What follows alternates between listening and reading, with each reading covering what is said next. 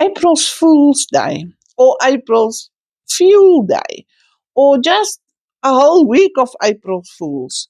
You know what? This week was a crazy week in South Africa.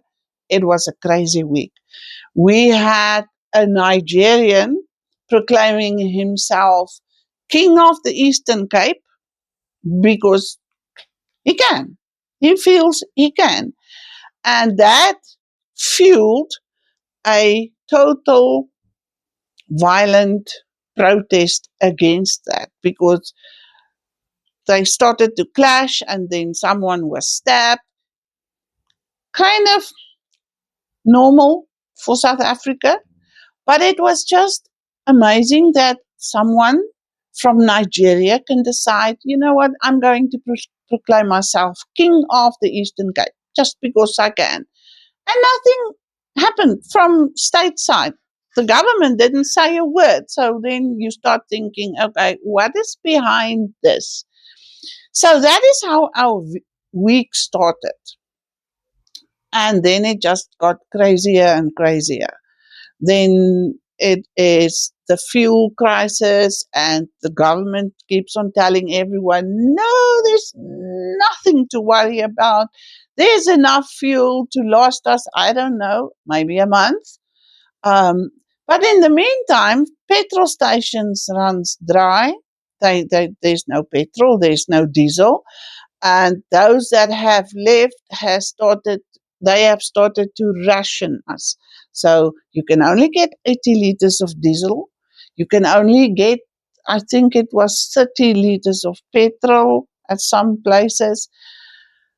And I'm thinking, okay, ladies and gentlemen, we are living in cloud cuckoo land here. Uh, the one part of government says, no, don't worry, there's no problem. And in the same department, the other half says, you know what, you need to start working from home because we have a problem. So I want to say, Houston, we have a problem. And then it went up. I mean, diesel went up by more than 7 Rand a liter, and then petrol would have gone up by 6 Rand a liter, but then they halved that because people were saying, okay. And in South Africa, I think we are on the brink of a total civil unrest, worse than we've seen, I think, in the apartheid era. I just have a feeling things are going to get really bad really soon, sooner than we would like it to be.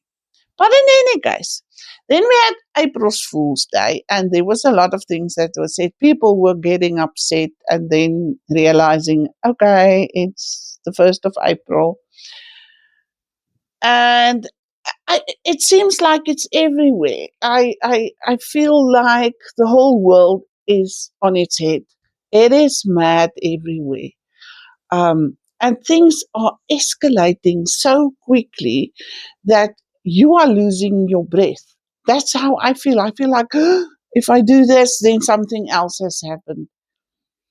And then today is Good Friday. It is also my husband's birthday and our 44th year anniversary. And then I realized, you know what? Inside all of this madness, I have this calm bubble. We live inside our house, at least inside our house. Even though things are mad, I'm still decluttering. We have started renovating our room without thinking about it too much beforehand. But I realized this is my safe space. And I really want you to start thinking about this because we start getting so anxious about everything that's happening. Because, I mean, with the fuel situation, what are we going to do? How are we going to afford the food? Because diesel going up by 7 Rand a liter. Imagine if your gas or diesel goes up by $7 a liter, because this is how much it feels to us. I mean, 7 Rand in dollars is a few cents, but For us, that's a big jump. So you start getting anxious, you start getting stressed. And then I realized, can't do anything about it. But today is Good Friday. And I have to remember, after all of this,